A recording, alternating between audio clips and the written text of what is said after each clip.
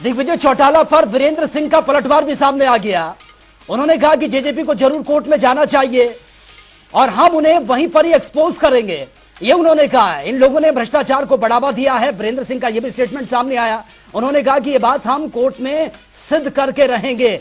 तो देखिए, वीरेंद्र सिंह लगातार जेजेपी पर निशाना साध रहे थे, जिसके बाद दिग्विजय चौटाला का इस पर पलटवार सामने आया। उन्होंने कहा कि ये बहुत आरोप लगा लिए, हमारी खामोशी जो है उसको कमजोरी मत समझिए, अगर इनके पास प्रमाण है तो सिद्ध करिए। 1 हफ्ते का टाइम ये दिया गया था, अब इस पर पलटवार भी आ गया है वीरेंद्र सिंह का। उन्होंने साफ साफ कहा कि हम कोर्ट में ही इनको एक्सपोज करेंगे, ये बात हम कोर्ट में प्रमाणित करेंगे। दिग्विजय चौटाला पर वीरेंद्र सिंह ने यह बड़ा पलटवार किया है।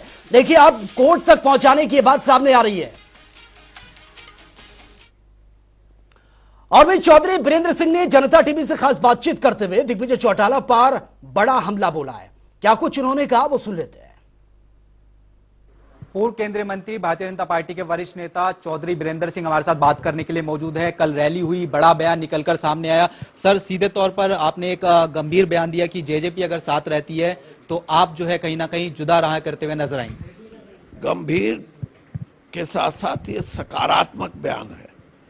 अगर ऐसा बीजेपी अपनी पद्धति को लेके आगे चुनाव में भी उनके साथ उतरेगी तो वो बीजेपी के लिए परिणाम अच्छा नहीं होगा, क्योंकि मैं ये मान के चलता हूँ कि भारतीय जनता पार्टी का 10 साल का जो शासन का काल है उसमें भारतीय जनता पार्टी अपने आप में सशक्त है कि आने वाले असेंबली के चुनाव में या पार्लियामेंट के चुनाव में वो अकेला लड़ेगी। और आप परिणाम देख लीजिए, लोकसभा में कितने बड़े बहुमत से सब के सब एमपी जीते हैं।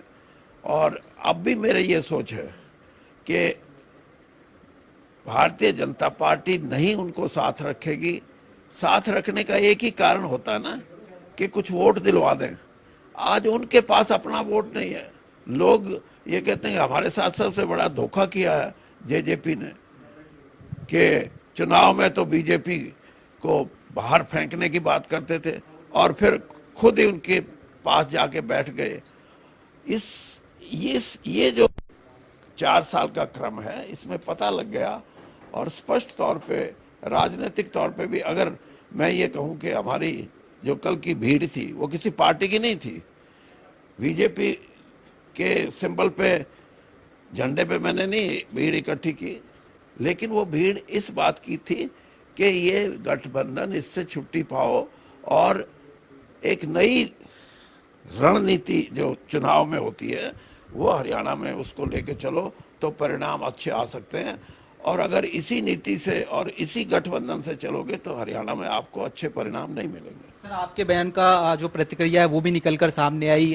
जेजेपी की तरफ से कहा जा रहा है कि हमारी खामोशी को हमारी कमजोरी जो है ना समझा जाए। जो भी आपने आरोप लगाए, भ्रष्टाचार की बात की जाए या फिर रिश्वतखोरी की बात की जाए, अगर प्रूव नहीं करते हैं तो कोर्ट जाती हुई जो है जेजेपी नजर आएगी। जेजेपी को जरूर कोर्ट जाना चाहिए ताकि उनको वहां हम नंगा करेंगे।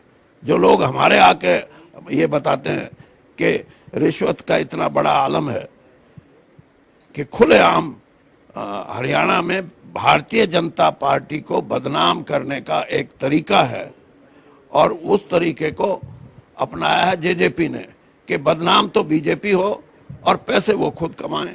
इस तरह की व्यवस्था में वीरेंद्र सिंह नहीं चुप रह सकता। और अगर वो उनको यही है कि वो अदालत में जाएं तो जाएं, पता लगेगा उनको। और यही नहीं, प्रमाणित करेंगे हम कि इस किस्म की व्यवस्था ने हरियाणा के अंदर भ्रष्टाचार को बढ़ावा दिया। सर, अगला आपका कदम किस तरीके से होगा? कांग्रेस से जब हमने ये सवाल पूछा तो उन्होंने कहा कि कांग्रेस ने पूरा मान सम्मान दिया था, लेकिन आप जिन इरादों के साथ बीजेपी गए थे वो जो है पूरे होते हुए नजर नहीं आए।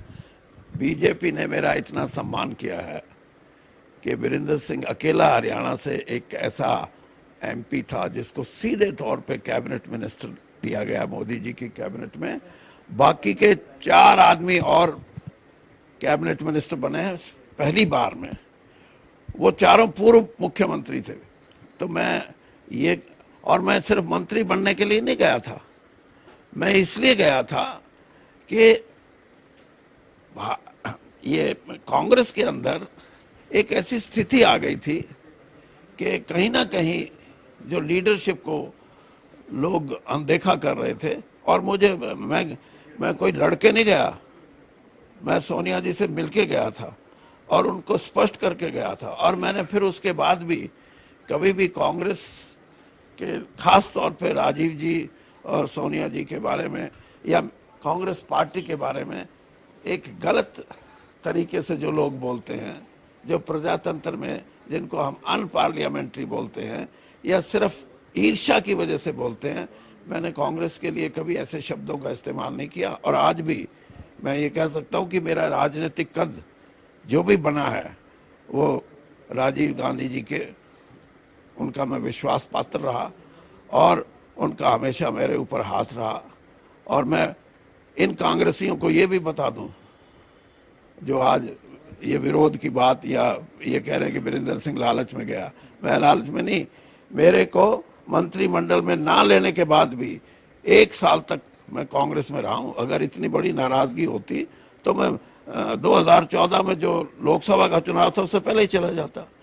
तो इसलिए, और बाकी इनके बारे में मेरे से क्यों पूछते हो, ये कांग्रेस थोड़ा है। कांग्रेस तो जहां है मेरे को पता है, इनको तो ढूंढनी पड़ेगी वो कांग्रेस। चौधरी बीरेंद्र सिंह जी थे, जनता टीवी से तमाम मसलों को लेकर खास बातचीत कर रहे थे। कैमरामैन आकाश के साथ स्पर्श शर्मा, जनता टीवी, दिल्ली।